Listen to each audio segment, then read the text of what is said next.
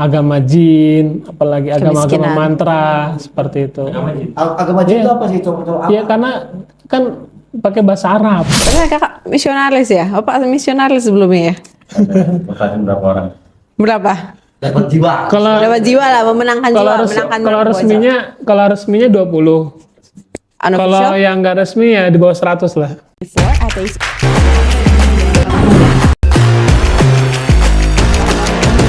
Menjadi satu, 3 pribadi dalam satu.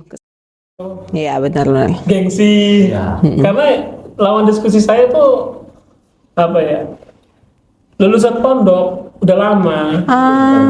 Tamat SMA lah. Tamat SMA tapi kan pondok. Kalau mereka pondok tuh mereka diedukasi agama dengan sebenar-benarnya ya. Gengsi kan. Iya.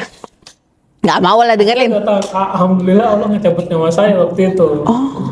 Kalau cabutnya berarti belum masuk Islam kan? Iya. Oh tadi ada Karena kan, accident ya? Iya, insidennya 2 tahun. Karena itu tadi ada dunia, ada kerjaan. Jadi kita mengabaikan lah. Ya, kerja di yayasan Kristen juga. Iya benar. Jadi mau nggak mau kan mengundurkan diri. Nah, proses mengundurkannya itu yang lebih berat daripada yang lain. Padahal di hati saya udah Islam itu lah, ini kayaknya udah bener. Tapi diberikan jalannya pelan-pelan 2 tahun. Alhamdulillahnya Desember 2019 mengundurkan diri dari kerjaan. Ya teman-teman semua sama bos istrinya pada kaget. Nggak ada hujan, nggak ada angin. Nah, baru Juli 2020 Baru. masih jalan. Oh, pertamanya diskusi dengan lulusan pondok. Ya, lulusan pondok. Level SMA. Ya, selesai. Tapi habis itu ngerti, habis itu kayak sadar ya. Ya. Padahal kakak misionaris ya? Bapak misionaris sebelumnya ya? Pertanyaan berapa orang? Berapa? Dapat jiwa. Dapat jiwa lah, memenangkan jiwa, menangkan kalau resminya 20. Kalau yang nggak resmi ya di bawah 100 lah. Kalau yang resmi dapat reward apa? Ya. Kalau rewardnya apa? Nah itu karena saya ini di bawah, jadi ya dapatnya ya paling nggak nyampe gope ke bawah lah. Oh, udah ada levelnya. Ya, tapi kalau yang lain-lain dapat motor, tiba-tiba iya, loh ada motor baru, terus mobilnya ganti baru, itu kan ketahuan. Kalau misalkan pendeta-pendetanya, loh kok nih pendetanya kok mobilnya kok baru, nah, gitu. Atau enggak kok pendeta kok motornya baru, seperti itu. Iya sih. Oh kalau misionaris, tapi kalau misionaris tahu saya. Apalagi kan saya masih dalam lingkup mahasiswa, jadi kan kecil. Oh masih. Ya, ya. jadi diatur, gitu. Jadi ketika saya tahu, wah ini kok permainan dana nih, akhirnya saya tetap nothing tulus, maksudnya nothing tulus untuk memurtadkan orang, tapi nggak saya serahkan gitu.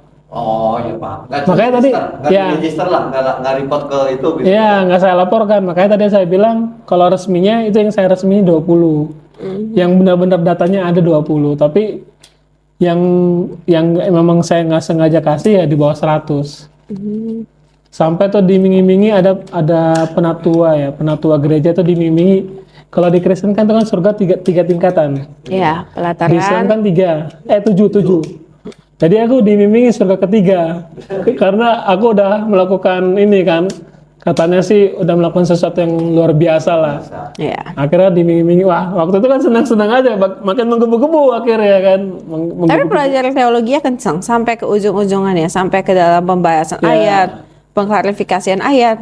Nggak aneh, kakak? Ada satu soal yang nggak bisa dijawab sama dosen teologi ya. Dokter. Ya. Yesus itu kan di bumi Tuhan. Iya betul. Yang dijaga surga siapa? Iya.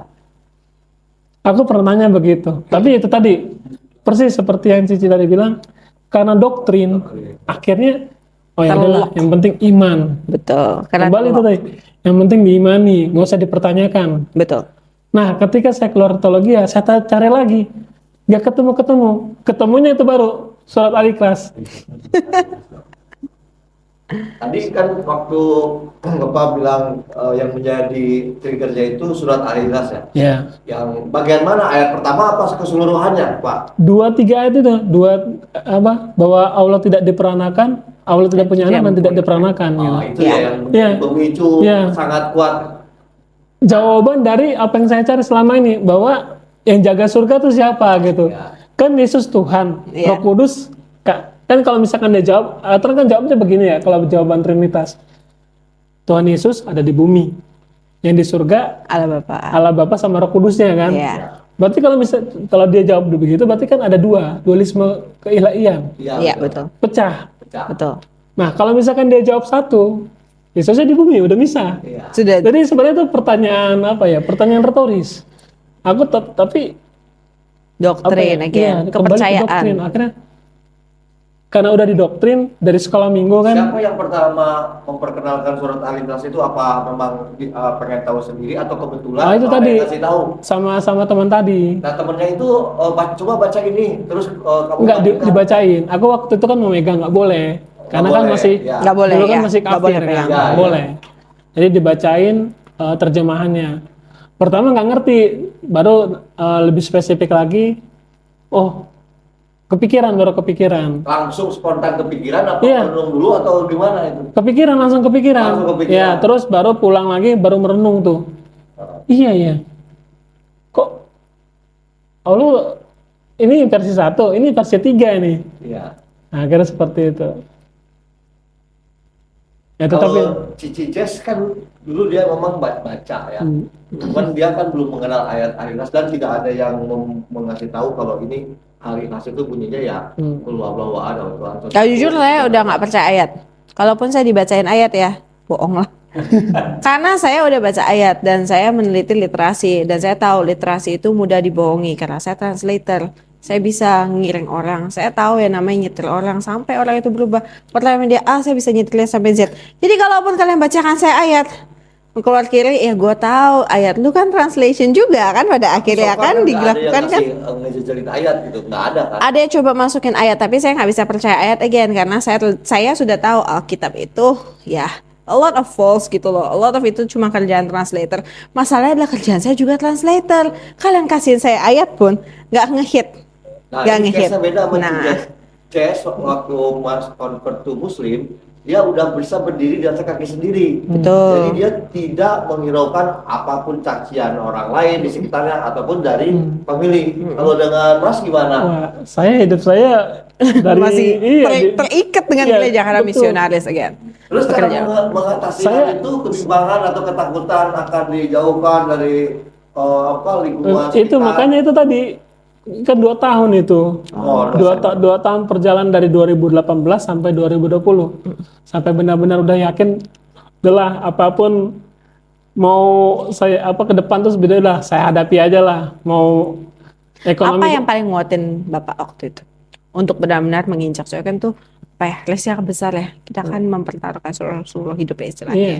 Apa yang trigger paling kuatnya yang Bapak pegang sampai bisa melewati prosedur itu? yakin aja gitu kalau misalkan aku waktu itu gini waktu masa hadat itu kan terakhir itu di Pasar Senen kan sebelum ke Pondok Mualaf itu doa saya begini aja kalau misalkan saya berdoanya pakai Tuhan Masih Tuhan Yesus. bukan Tuhan Maha Pencipta Oh, pencipta oke. langit dan bumi Iya, iya. jadi udah pakai umum jika memang Kristen itu agama yang benar tolong halangi jalanku ini tapi kalau misalkan Islam itu agama yang benar mudahkan perjalananku. Jadi aku langsung minta aja. Aku minta begitu karena waktu itu ada cuplikan di YouTube itu Nabi Ibrahim. Untuk menguatkan hatinya kan potong-potong burung itu. Potong-potong burung dibelah terus disebarin ternyata Allah hidupin lagi tuh, nyambungin semua tuh. Padahal burung-burungnya itu udah dipotong-potong sama Nabi Ibrahim. Aku cuma memastikan itu aja. Ternyata alhamdulillah jalannya mulus. Berarti wah udah lah apapun yang terjadi sikat aja lah. Nah setelah membaca 2 kalimat syahadat, ada nggak event tertentu atau orang lain lah atau orang yang kira-kira bisa mengoreksi keimanan yang baru itu? Ada nggak? Sehingga berpikiran ini kan gue balik lagi aja ke yang lama. Ada nggak kira-kira itu? Teman-teman Oh, misionaris. kayaknya iya Allah nguji aku. Itu kira-kira ada nggak? Jadi Gimana? aku kan punya teman seangkatan di Kalimantan Barat. Ya. Ini dia penginjil sukses di Kalimantan Barat. Oke. Kalau aku kan udah masuk ke yayasan, jadi ruang geraknya sempit. terkurung ya, tersempit oleh peraturan. Nah, dia Oke. di Kalimantan Barat. punya temen pendeta yang udah sepuh. Ya dibilang sepuh lah. Punya gereja cabang. Ya. Jadi waktu aku baru 2 bulan lah setelah aku syahadat. Temanku ini yang Kalimantan namanya Pak Immanuel lah. Immanuel. Telepon saya. Henry, gimana kabar? Gini-gini, baik-baik. Wah, ini ada teman saya, pendeta, udah senior. Dia butuh tenaga buat nanganin gereja cabang. Kamu bisa nggak? Terus diiming-imingi. Jadi pendeta senior ini punya 1 gereja pusat, 2 cabang. Nah, ada anak terakhirnya perempuan. Nah, kalau misalkan kamu bagus, kayaknya kamu bisa nanti dijodohin sama anaknya. Oh. Gituin. Iya. Bahaya ini. Iming-imingnya gak tanggung-tanggung kan. Oh iya. Saya langsung astagfirullahaladzim. Oh itu astagfirullah doang. Saya nggak matiin langsung. Saya cuma astagfirullah. Ngeri deg-degan. Habis itu besoknya baru bisa tenang, telepon lagi. Maaf Pak, saya sudah punya tempat dakwah. Padahal saya nggak ngasih tahu kalau saya udah masuk Islam. Saya bilang saya udah punya tempat di dakwah. Tempat dakwah di mana? Di daerah Tangerang. Oh ya udah. Nanti biar saya sampaikan. Cobaan yang selain itu yang paling berat dan bisa mengkoreksi keimanan yang baru ada nggak selain itu? Kalau itu kan diiming-imingi sama selain nggak ada gaji tetap mungkin, terus ada dijodohkan dengan itu. Sebenarnya sih mirip ya sama kasus malam yang lain ya. Kalau inilah kehidupan orang Muslim itu sendiri lah. Ya. Kadang kan, makanya agak susah saya untuk kita ingat sama beradaptasi. kalimatnya Ustadz Felix Xiao kan. Iya. Kalau mualaf itu lihat orang Muslim dari kecil kelakuannya gimana, pasti mau balik lagi. Nah tapi karena mualaf itu rata-rata dia ketika masuk Islam itu berpikir dulu kritis, akhirnya dia nggak melihat ke orangnya, dia lihat ajarannya. Karena ajaran Islam itu masya Allah tertata. Padahal itu udah dibuat sebelum ada ilmuwan teknologi canggih. Iya. Tapi itu tadi, masya Allah itu mukjizat Al-Quran sih, nggak bisa dibantah sih. Bahwa ya ajaran itu sudah baku, sudah pakem, akhirnya ya mau nggak mau harus dipercayai kan, diyakini, diamalkan. Habis itu kalau misalkan ada orangnya, ya kan, ada orangnya yang aneh-aneh, ya berarti itu orangnya, bukan ajarannya. Beda sama Kristen. Nabi Nuh mabuk Pak. Iya. Nabi Nuh mabuk. Timotius, muridnya Paulus, boleh minum anggur, walaupun nggak sampai mabuk. Makanya jangan heran, ada pendeta naik mimbar mabuk dulu, minum tuak dulu. Normal, itu sudah normal sih. Apalagi mereka ada gereja-gereja lah, ada gereja-gereja. Satu lagi nih yang paling penting, ketika masih keyakinan yang lama, ya masih Kristen lah ya. Ya. Stigma apa sih yang melabeli orang Muslim itu sehingga nanti kan misionaris kan bahasanya itu bisa menjelaskan ke yang lain itu bahwa Islam itu akan begini. Apa sih sebetulnya yang stigma apa yang paling ada atau di berupa ajaran atau apa sehingga membuat orang itu nanti supaya mencegah masuk Islam? Apa kira-kira sih yang bikin stigma apa ke Muslim itu? Supaya Islam ini masuk Kristen. Atau Bukan, jadi stigma negatif apa? Oh, ya terbiasa termakan media biasa. Ya teroris, agama jin, apalagi agama-agama mantra seperti itu. Agama jin itu apa sih? Coba Ya karena kan pakai bahasa Arab. Oh. Terus Nabi Muhammad kan di gua. Iya. Di gua itu kan biasa kan, maksudnya Ada jin, untuk mencari jin. Orang bertapa Ya, segala macam. betul. Jadi fitnah-fitnah itu yang biasa dikemukakan untuk Islam, ya untuk seperti itu. Tapi ya sebenarnya sih orang zaman sekarang udah pada cerdas ya, apalagi kemarin Piala Dunia tuh di Qatar. Itu kan bahkan orang Brazil tuh yang kafir itu malah tentang media langsung tuh, media barat, media Amerika itu. Kalian nih, gara-gara kalian kita punya stigma aneh-aneh terhadap Islam. Padahal waktu di Qatar mereka dijamu luar biasa, dikasih bunga, dikasih coklat. Bahkan supporter dari Brazil ini belum pernah katanya. Saya sering kali ke stadion hampir ke seluruh penjuru dunia saya datangin. Tapi baru di Qatar saya cuma ada yang kasih bunga, selamat datang, kasih coklat, cuma di Qatar. Qatar mayoritas Islam, yang katanya orang Amerika bilang agama teroris. Kan aneh. Iya. Makanya kan banyak katanya sih banyak yang syahadat gitu. Banyak berita yang mengatakan banyak yang syahadat. Tapi waktu saya Piala yakin Dunia sih, di Qatar. apalagi tahun-tahun ini ya, Iya. untuk melihat Palestina dan Israel yang sepanjang itu ya, itu one of the most open mind, itu hal yang paling open mindnya kita, bahwa bahkan yang kalian bilang Holy Land, yang kalian bilang ajarnya memang kita kan panutannya misalnya utamanya dari Betul. Kristen adalah Israel, right? Our Holy Landnya di Israel kan.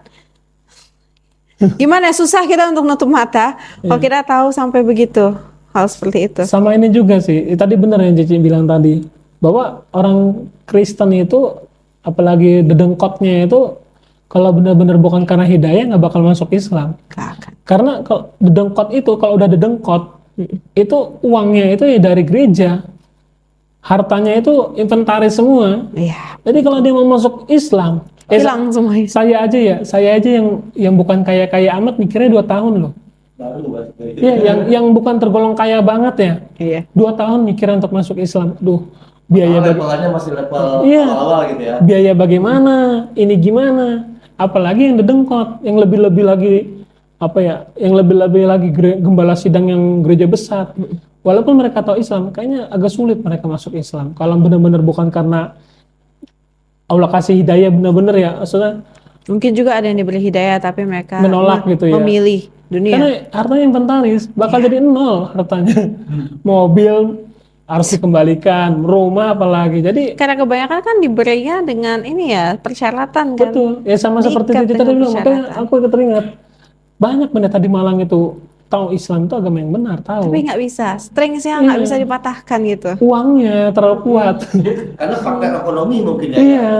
Nah ini mas satu lagi, rata-rata orang yang udah convert ke Islam, mualaf lah, mereka itu statementnya itu setelah masuk Islam katanya dia jadi ada punya keterangan jiwa atau jadi ya perilakunya jadi bisa berubah. Nah sekarang apa yang dirasakan sama mas, bener nggak statement seperti Iya. itu dirasakan sendiri?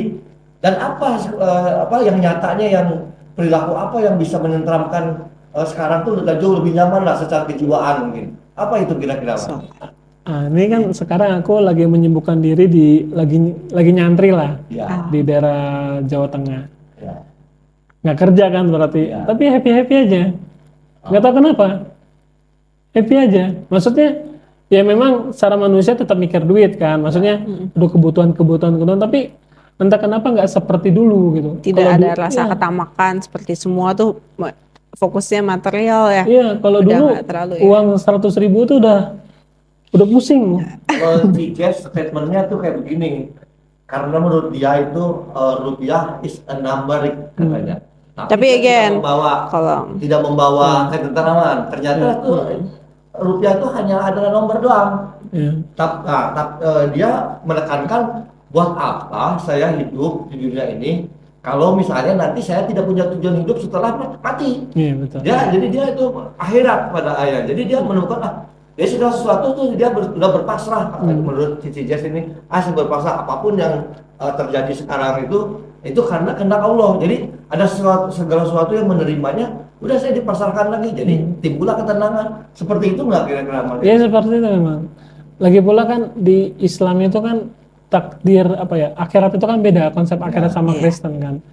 Kalau di Islam ini kan konsep akhirat itu ya orangnya ini akan mempertanggungjawabkan ya, amalan dia selama dia di bumi. Tapi kalau di Kristen enggak. Kan udah ditanggung. itulah the turning point yang saya Udah karena ditanggung. Mau mabuk, mau mungkin mau zina, ya. ya kan udah ditanggung sama Allah kan Yesus. ditanggung. It's Betul okay. kan? Ditanggung kan? Iya, udah Ada tanggung. ayatnya kan? Iya. Bisa dipertanggungjawabkan Iya. ayatnya kan? Itu Udah dia. ditanggung. Oh, nabinya juga mabuk, Nabi Nuh. Iya. Malah lebih parah Nabi Lot, zina sama kedua anak perempuannya sendiri. Masih menjalik. Iya. Nabi Lot loh.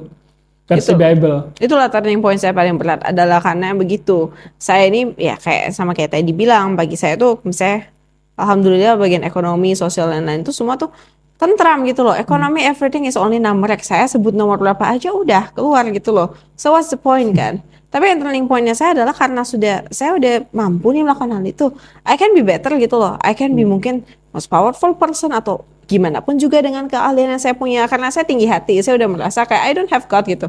Apa hubungan God dengan saya? Nggak ada kan hubungannya kan. Hidup saya by the end of the time kalau saya berbuat baik, saya pasti jalannya baik. Dan itu saya buktiin gitu loh. Saya nggak cuma ngomong, saya lakukan, saya buktikan, saya kerjakan, saya bablas semua orang Kristen yang katanya sembat.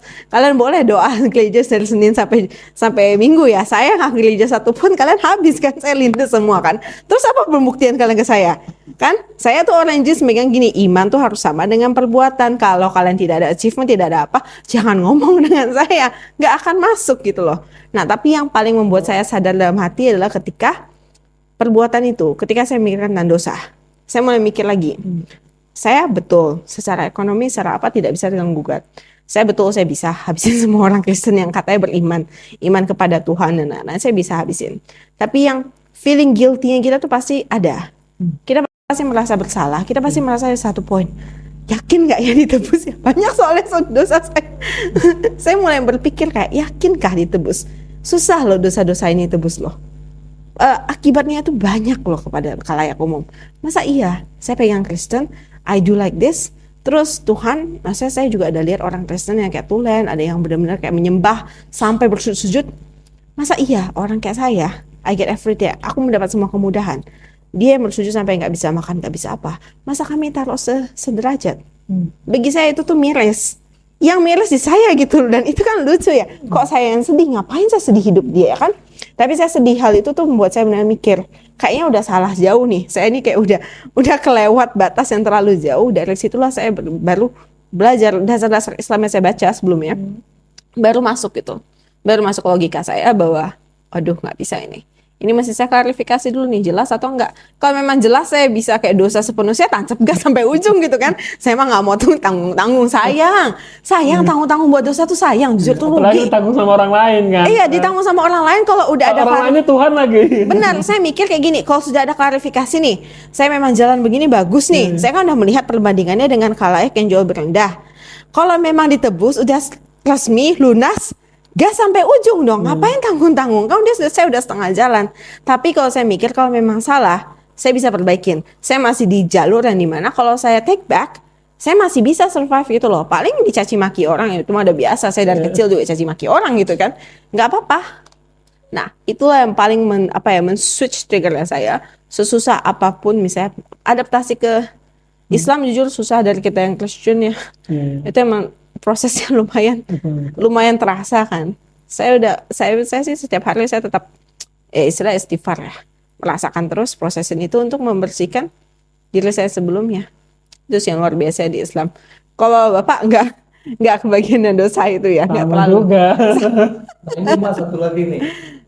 Ketika Mas mendapatkan edukasi formal waktu mau jadi misionaris, ketika itu kan dibacakan ayat-ayat apalah gitu ya. Ada nggak waktu pendidikan formal itu sedikit bahwa ada penolakan, kok ini bisa kayak begini ya? Sehingga itu membuat embrionya daripada kayaknya ini nggak masuk akal atau gimana pada saat itu. Kan puncaknya Mas pada tadi bilang katanya pas mengetahui ada surat Al-Ikhlas kayak. Nah, ketika waktu belajar formal, pendidikan formal, ada nggak terbesit waktu itu? Kok ini pelajarannya kayaknya saya bertentangan dengan saya, baik hati maupun logika. Ada nggak pada saat itu? Banyak sebenarnya, bukan hanya saya, bukan saya aja yang punya pemikiran seperti itu. Tapi itu tadi kembali lagi tadi ya. Makanya tadi mirip seperti yang Cici tadi bilang tadi, pendoktrinan. Jadi sebetulnya embrionya itu ada pada saat dapat pendidikan formal di sekolah teologi itu kan. Jadi semua itu bisa kebuka. Jadi kan dari yang nah bedanya Kristen sama Islam itu kan, Islam itu kan diajarin ngaji sejak kecil. Sejak ya kalau mau wajibnya balik lah, tahu fikih-fikihnya segala macam. Tapi kan di Kristen enggak. Dia harus masuk kampus teologi dulu baru benar-benar ngerti. Kalaupun kalau misalkan dia nggak masuk kampus, minimal dia berguru sama yang pendeta dengan waktu yang intensif ya. Baru kebuka itu semua. Nah, jadi kan akhirnya tiba-tiba dibuka kan pada bingung, oh ternyata Kristen kok begini ya, kok sejarahnya begini ya. perubahan bahasanya kok begini ya. Tapi itu tadi kembali lagi ketika udah dalam hal doktrin, diimani saja, Iya. jangan disangkal, jangan dibantah, diimani karena Artinya benih-benihnya itu memang Iya, ada pada ada. saat menerima. Dan mungkin proses pelajaran. gereja, Iya. peribadatan kita tuh simple, enak. Kalau Iya. kita disuruh pilih yang lain, aduh agak ribet, pilihan yang lainnya beda Betul. jauh banget ya. Nah, Ana pernah baca Susah. literatur, kan pernah, Ana kan juga suka baca. Salah satu majalah yang pernah saya baca itu, saya lupa judulnya apa, tapi itu majalah internal. Jadi di perpustakaan. Nah, dulu ya saya bantah, ngecek. Ya. Jadi ternyata di Amerika itu semakin dia belajar teologi semakin S2, S3, itu malah masuk Islam. Iya, betul. Dulu saya ngejek, alah belajar kok makin mendalami Alkitab kok malah tambah Tambah sesat. malah tambah sesat, kok malah masuk ke Islam. Saya coba S1 udah masuk Islam. sendiri ya, Iya. Makanya saya teringat, aduh astagfirullahaladzim. Itu saya ngecek kayak gitu. Kok saya lebih beda lagi.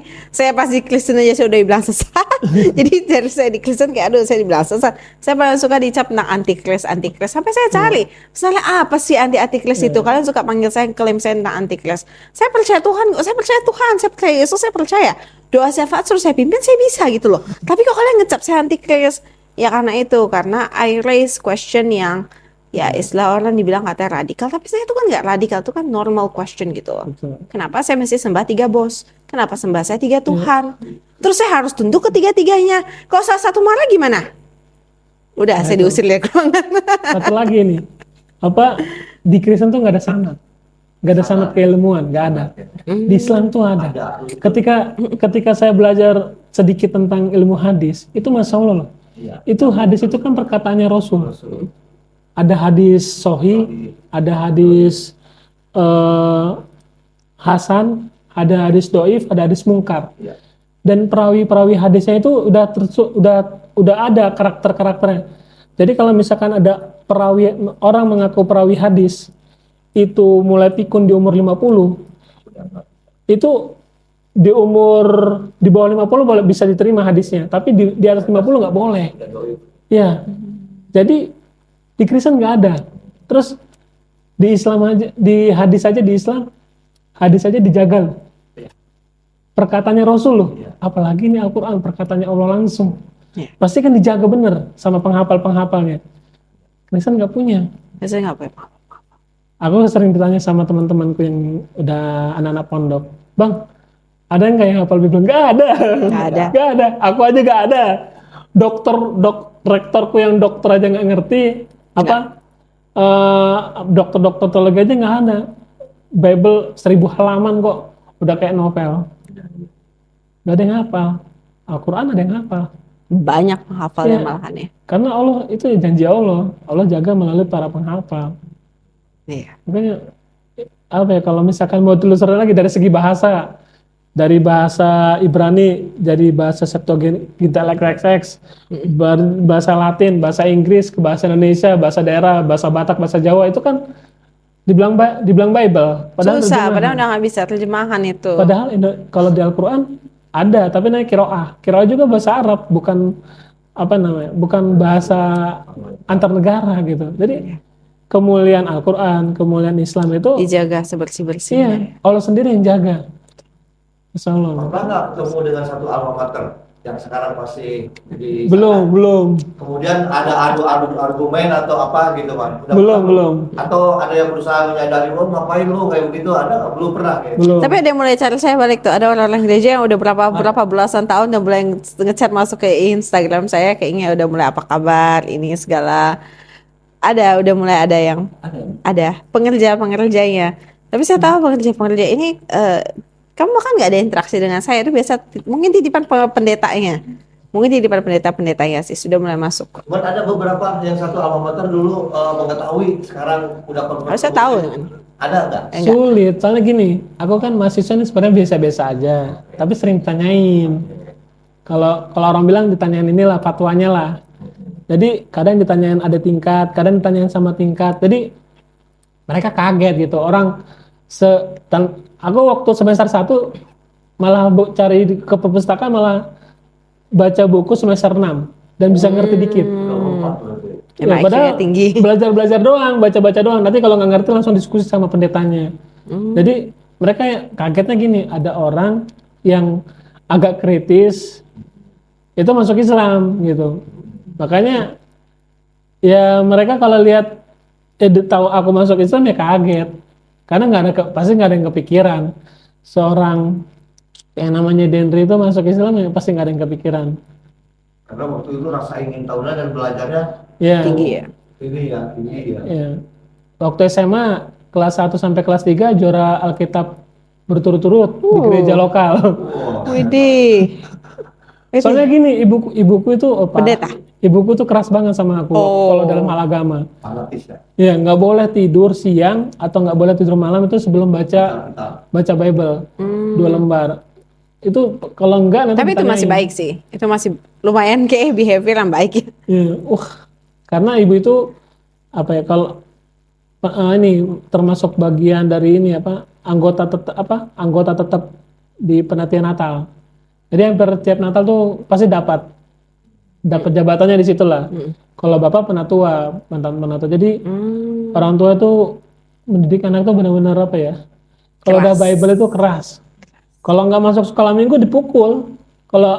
Jadi walaupun nanti ketahuan pura-pura sakit, wah di sore dihajar itu pakai sapu lidi. Oh, kalau itu saya kesulitan sama aja. Kalau saya nggak mau saya sakit, saya nggak mau main keyboard nih, atau saya nentang misalnya, saya nggak mau pindah gereja karena saya pinginnya di gereja satu, saya udah nyaman.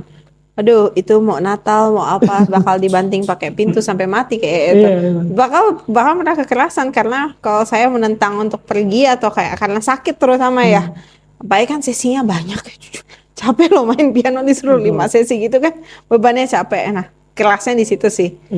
Saya juga dikerasin pelayanan tuh, Mas. Makanya ya pastilah orang tuh kaget juga kalau Jadi ada orang sedikit yang mungkin, kritis. jadi memang mungkin ada sedikit yang bagian kita pelayanan tuh kadang agak Iya, betul. Sama Ustadzku pernah ngomong begini, Ci. Orang Islam murtad itu pasti ya mungkin ada yang ustadz ya. Iya. Tapi kebanyakan kroco-kroco. Ustadzku ngomong begitu. Iya, tapi memang benar Tapi sih. kalau misalkan ada orang kafir Iya. masuk ke Islam, walaupun ada yang KTP lah, tapi kebanyakan pasti ada dengkotnya gitu. Orang-orang kritisnya, orang-orang ya sama ini juga nih, sama Masya Allah juga nih. Kok Andre sama juga. Jadi orang-orang yang berpikir dulu baru masuk Islam, mengkritisi dulu Bible-nya, mengkritisi dulu ajaran si Paulus ini, baru masuk Islam. Karena lesnya jauh lebih banyak bagi mualaf dibanding murtad ya, kalau mau dibandingkan lesnya itu jauh lebih banyak. Betul. Mualaf itu kita bahkan ya kita mungkin nggak tahu ngerasain yang berat ya, tapi saya lihat dulu juga banyak dari sebelum saya masih Kristen, saya lihat kok orang nih mualafin, waduh itu pembencinya satu gereja, satu kota loh pembencinya, satu kota jujur, satu kota langsung dibenci. Jadi I understand kayak jadi mualaf tuh emang berat, sacrifice-nya tuh tinggi banget. Pertama kebencian semua orang terhadap kita tuh langsung. Kedua tuh ada pencegahan di bagian hidup kita memang diberatkan oleh orang-orang lain. Padahal kita misalnya menjelaskan, bahkan kalau misalnya mualaf, mereka menjelaskan memang iman mereka memilih harusnya bisa dihormati secara HAM ya. Secara hak asasi manusia harusnya bisa dihormati, tapi enggak.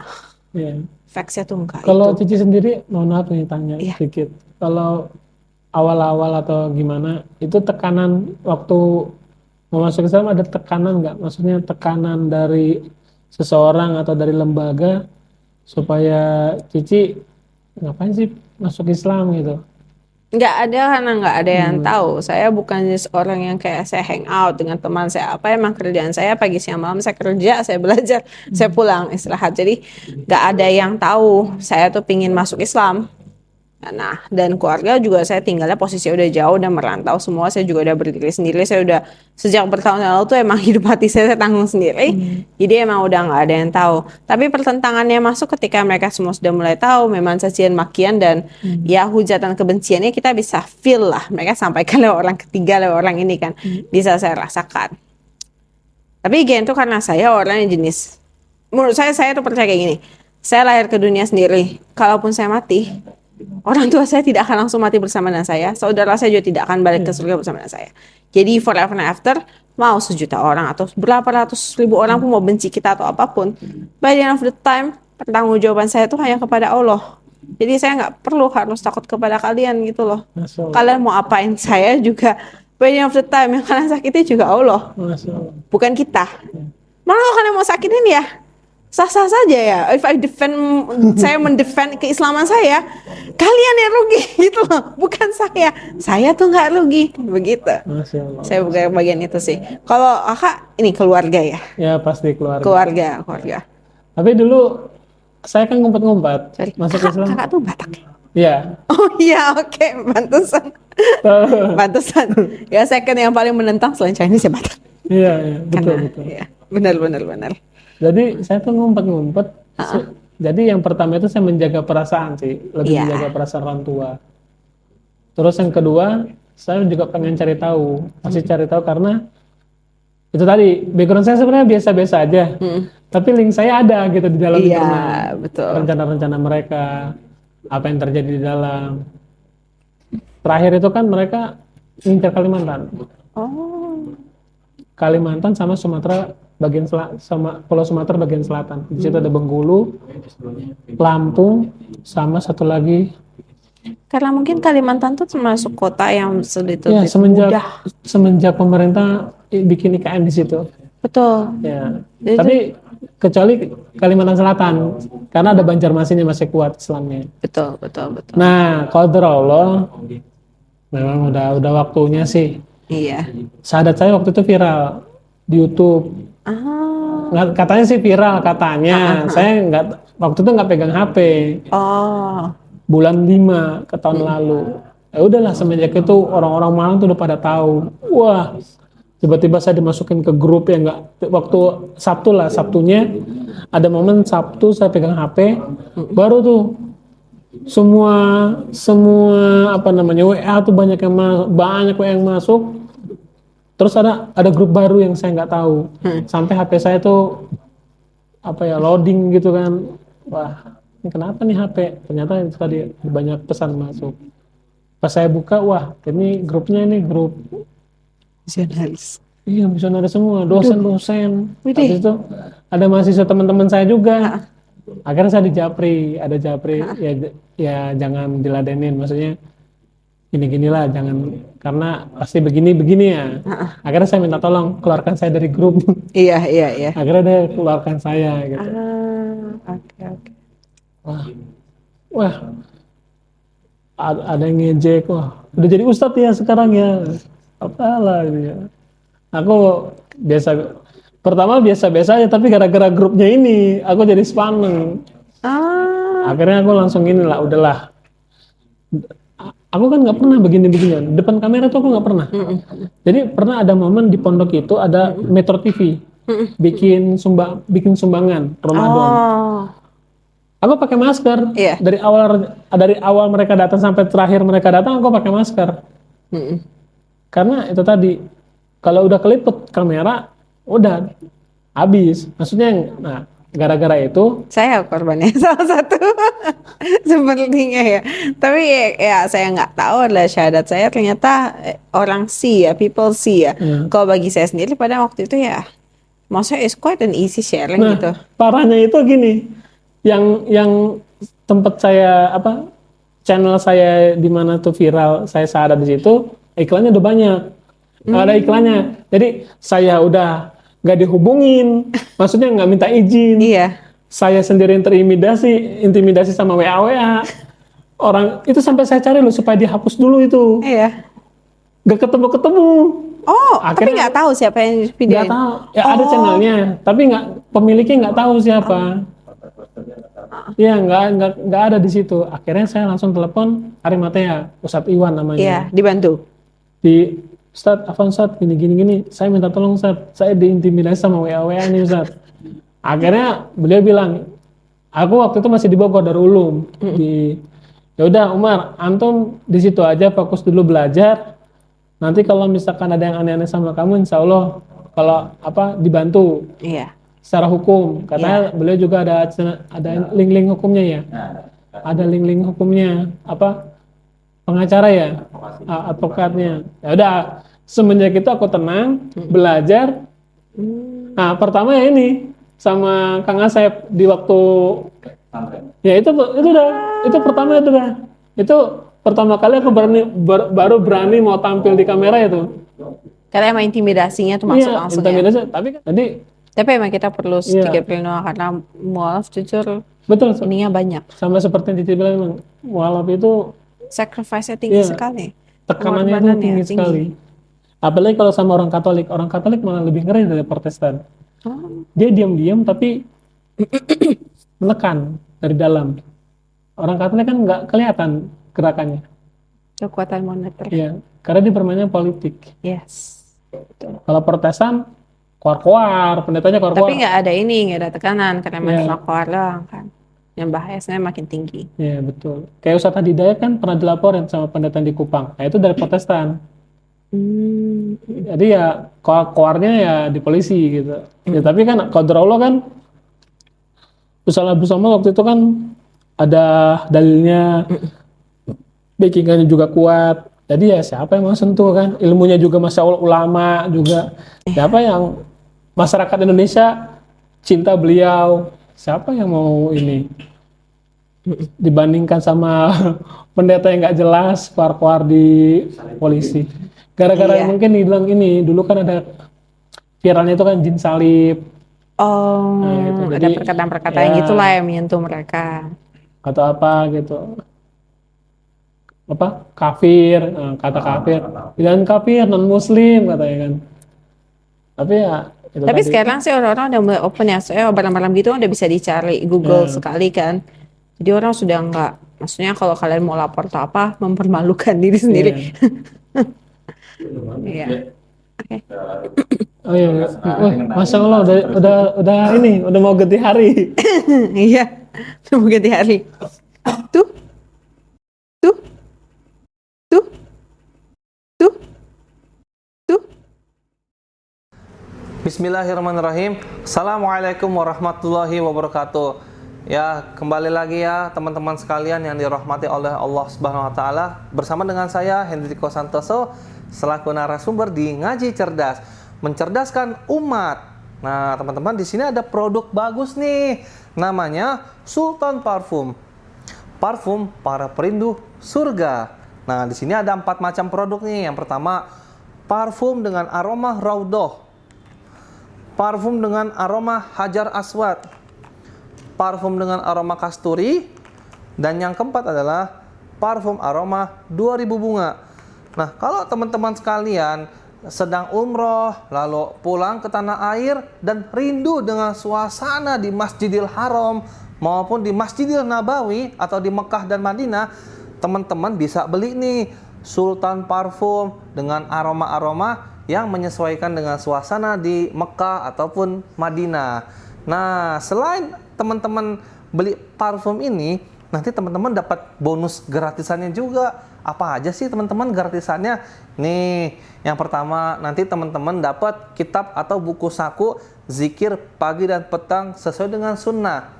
Nah, yang kedua, teman-teman nanti dapat gratis tasbih nih. Wah, lucu banget ya, imut nih. Bisa dibawa kemana-mana. Yang ketiga, nanti teman-teman dapat juga nih kertas untuk bagaimana sih parfum ini digunakan untuk saat suasana apa aja. Di sini udah dijelasnya teman-teman semua. Nah, jadi teman-teman jangan lupa nih dibeli, informasinya ada di sini nih. Nah, dengan teman-teman membeli produk parfum Sultan ini, teman-teman sama saja dengan membantu operasional dakwahnya channel YouTube Ngaji Cerdas. Nah, luar biasa kan? Dengan harga berapa teman-teman sekalian? Cukup dengan 90 ribuan saja, teman-teman sudah bisa dapatkan ini semua nih. Masya Allah ya. Ini semua nih, semua teman-teman bisa dapatkan hanya dengan 90 ribuan rupiah. Teman-teman juga sudah termasuk membantu operasional dakwah, support channel YouTube Ngaji Cerdas. Nah, luar biasa kan? Nah, jadi tunggu apa lagi teman-teman ya? Segera hubungi di sini nih, di link yang tertera di bawah ini ya. Terima kasih ya teman-teman sudah menonton. Assalamualaikum warahmatullahi wabarakatuh.